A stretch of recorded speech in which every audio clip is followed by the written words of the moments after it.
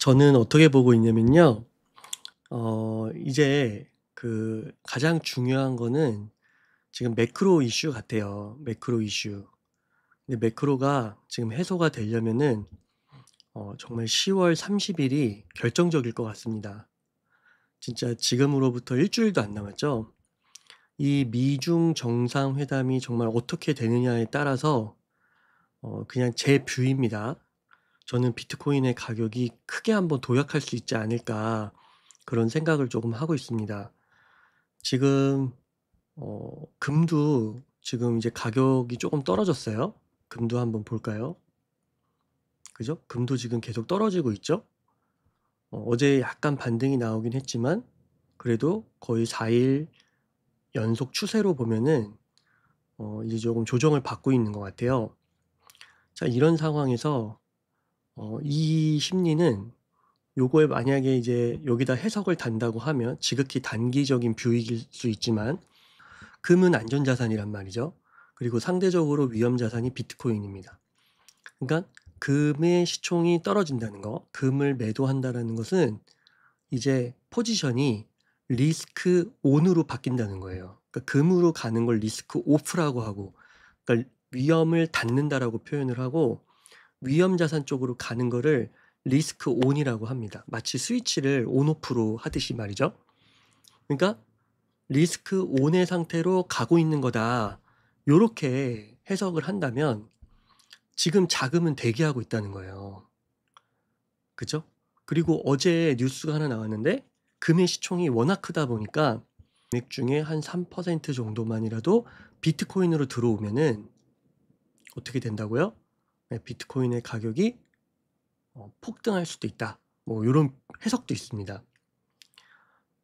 그래서 요게 지금 대기하고 있는 것 같아요. 지금 눈치를 보고 있는 것 같아요. 오늘도 이제 CPI 발표 지수를 염두에 두고 있는데 우선 기본적으로 베센트 재무부 장관은 그 CPI 지수에 대한 자신감을 표했어요. 그리고 제가 봤을 때도 물가 이슈는 조금 이제 지나간 이슈라고 느껴지기도 합니다. 또 막상 한번 까봐야 되는데 정말 예상 밖의 큰 오차로 결과가 나온다면 또 단기적으로 흔들릴 수도 있겠죠.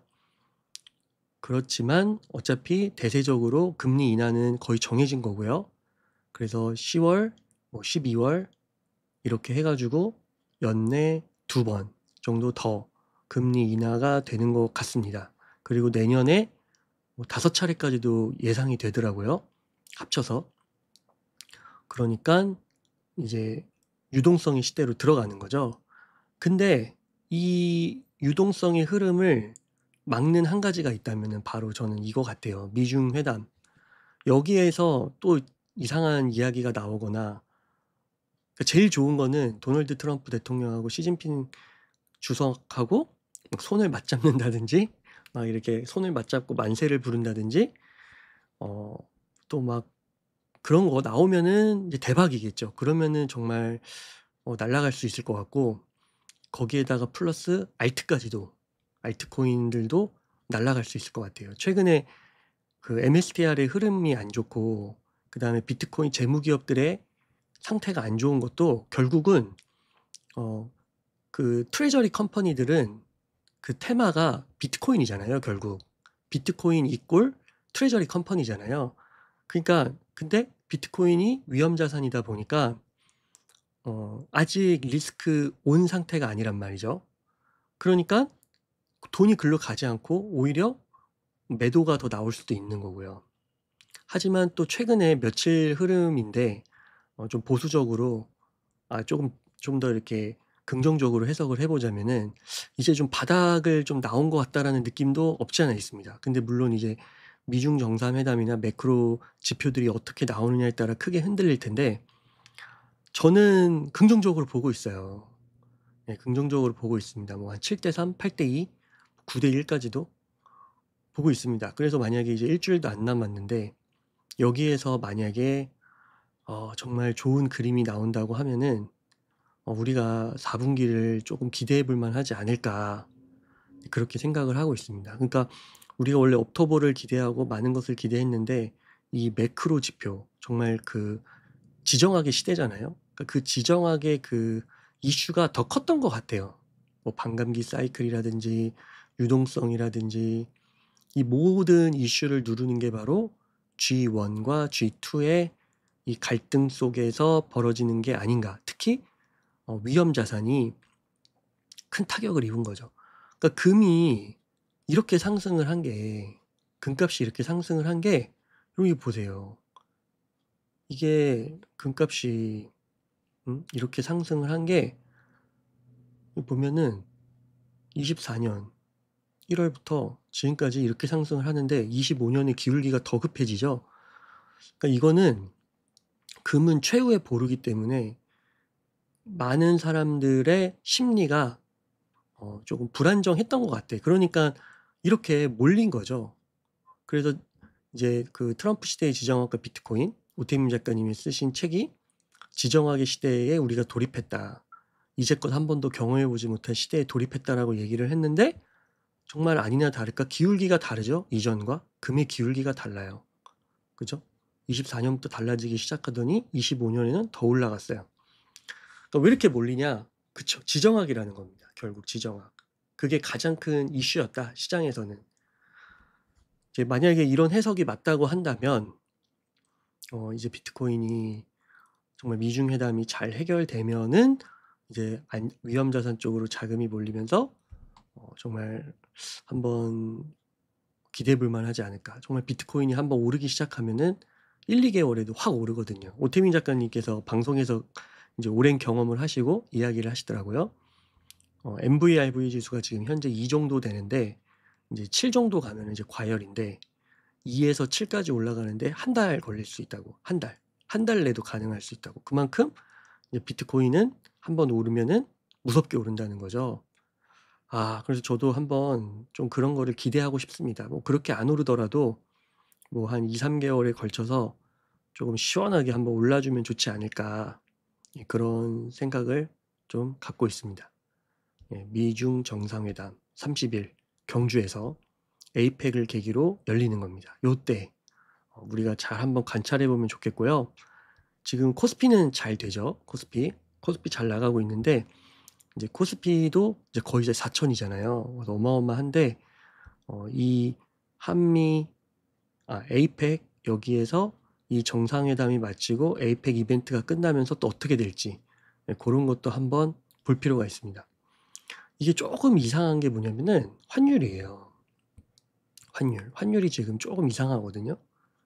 보시면은 보통 원화랑 달러 지수라고 해서 그 뭐 파운드라든지 뭐 스위스 프랑이라든지 뭐 스웨덴의 크로나 뭐 이런 것들을 이렇게 바구니에 담아가지고 가중치를 둬가지고 달러의 지수를 구성하는 겁니다. 그래서 그거를 이제 DXY라고 하고 그 다음에 원달러 환율 이제 KRW 이렇게 뒀을 때 이거를 봤을 때 보통은 여러분 보세요. 이게 지금 25년인데 한 25년, 한 24년 초반까지만 해도 원화와 달러 지수가 거의 같죠? 모양이. 그러니까 이거는 양의 상관관계다라고 하는 건데요. 지금 어떻게 됐습니까? 25년 들어서면서 갭이 점점 커지고 지금 역대급으로 벌어졌어요. 한 5년 내에. 그러니까 이게 사실 따라간다고 하면요. 이게 예전처럼 한 24년 초반 전반기 전처럼 이게 이렇게 양의 상관관계로 따라간다고 하면은 지금 환율이 어떻게 돼야 되나요? 지금 요 지금 하늘색이 달러 지수니까요. 요게 지금 원달러 환율이잖아요. 요게 요로 내려와야 돼요. 그러니까 지금 과거의 그런 양의 상관관계를 따르면 지금 환율이 한 1250원 정도의 위치를 해야 돼요. 근데 지금 환율이 1,400원이에요. 이 엄청난 괴리가 있죠. 근데 보통 이렇게 환율이 이렇게 안 좋으면, 그러니까 우리나라 원화로 따졌을 때 이렇게 환율이 오르다 보면은 사실 우리나라 그 지수가 빠져야 되거든요, 보통은. 근데 이게 지금 지수가 오르고 있단 말이에요. 저도 그래서 이게 앞으로 어떻게 될까?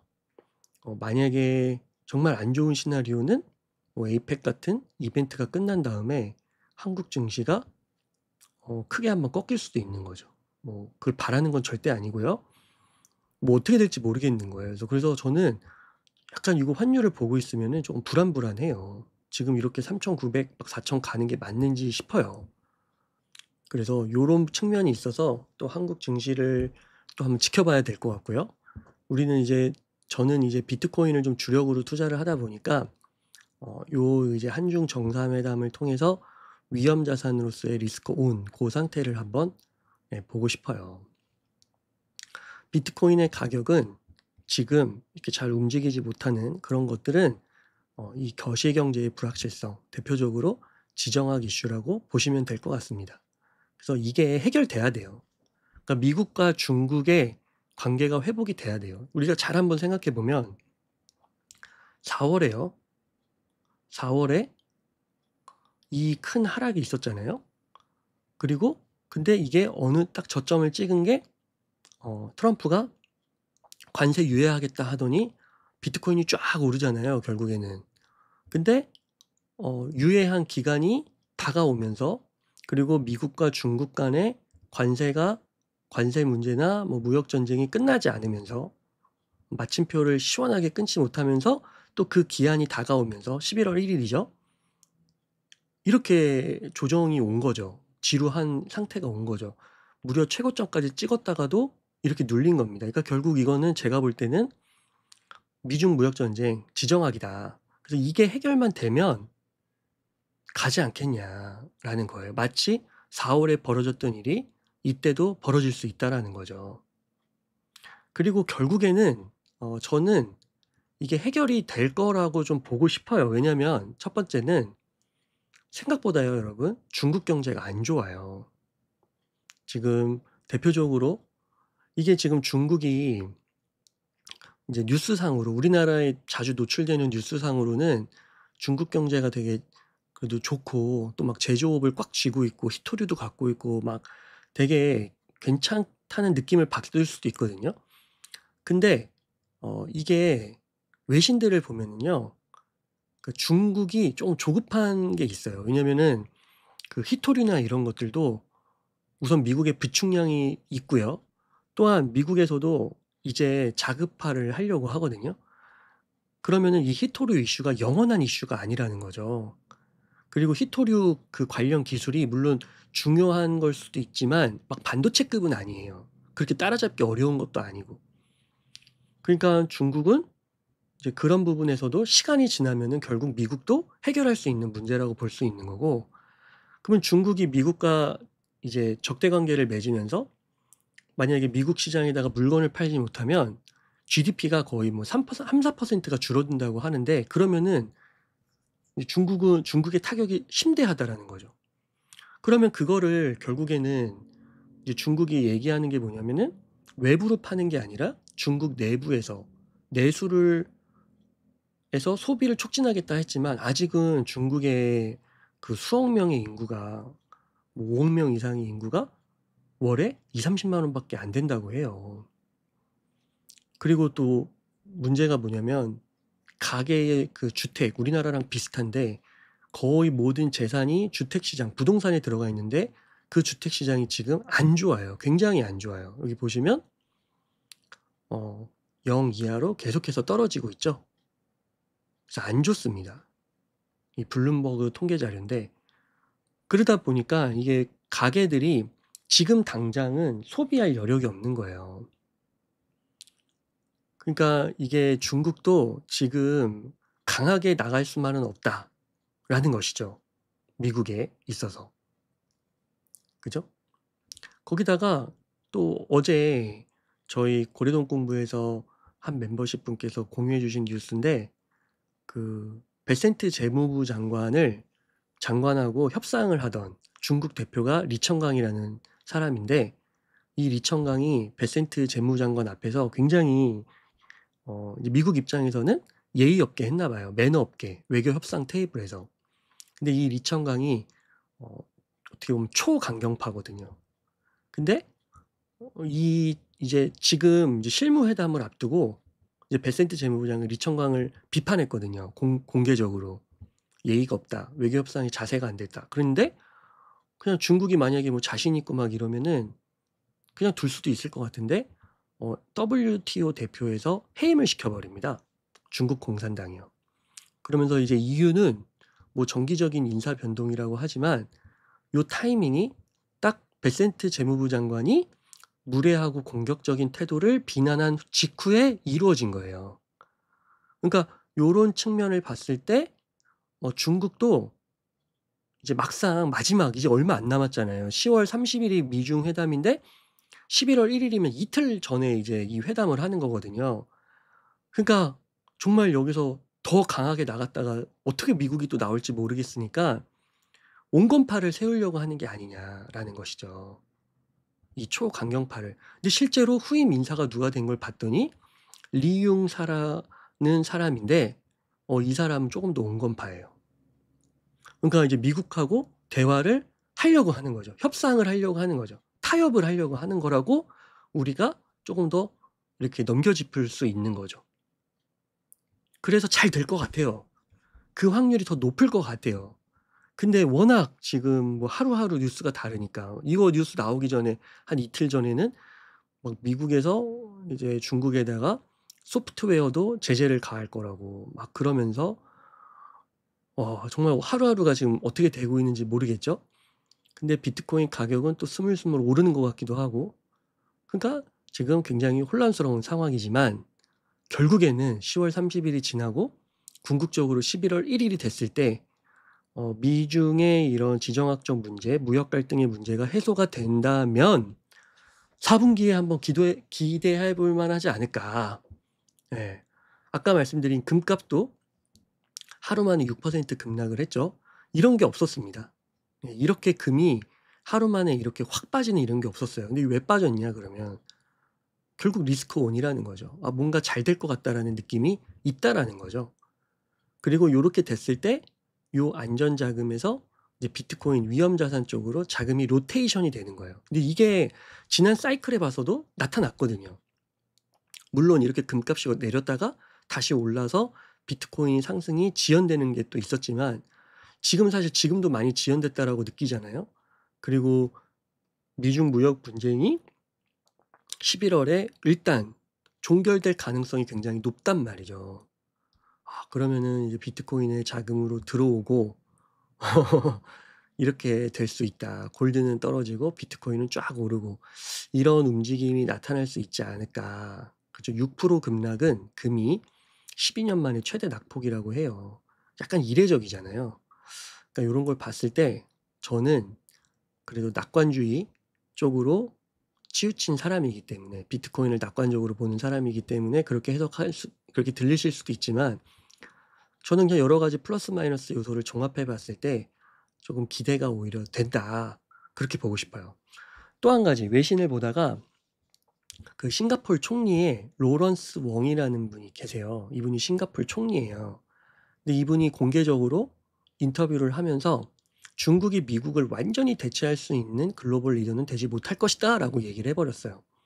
근데 싱가포르에 그 화교가 많단 말이에요. 그런데 이제 싱가포르는 굉장히 균형 외교를 잘 취하죠. 그런데 가장 근본에는 미국 우선주의를 인정합니다. 그래서 이 인터뷰를 잘 보면은 이 싱가포르 인터뷰가 저는 그래도 되게 인상 깊었던 게 싱가포르랑 우리나라랑 그 경제 구조가 비슷하거든요. 그러니까 산업은 다르지만 이 어떤 측면에서 비슷하다고 얘기를 하냐면 이 교역, 글로벌 연계에 많이 의존하는, 그죠? 자유무역 질서에서 큰 혜택을 받았다는 그 큰 흐름에서는 싱가포르랑 우리나라가 비슷해요. 대만도 마찬가지고. 그게 홍콩도 마찬가지고. 그게 동아시아의 그 4용 아니겠습니까? 아시아의 4용? 그래서 이 싱가포르의 이런 이야기들, 그러면 왜 중국이 미국을 완전히 대체할 수 있는 글로벌 리더는 되지 못한다라고 얘기했을까? 아직 중국은 중소득 국가라는 거죠. 미들 인컴 컨트리. 아까도 말씀드렸듯이 수억 명의 인구가 아직도 2-30만 원밖에 안 돼요. 그리고 내부 과제, 아까 대표적으로 부동산 이야기를 드렸죠? 뭐 부동산, 가계 부채, 그다음에 소득이 낮은 거, 기타 등등. 요즘에는 또 막 또 안 좋은 뉴스들도 많잖아요. 그런 것들.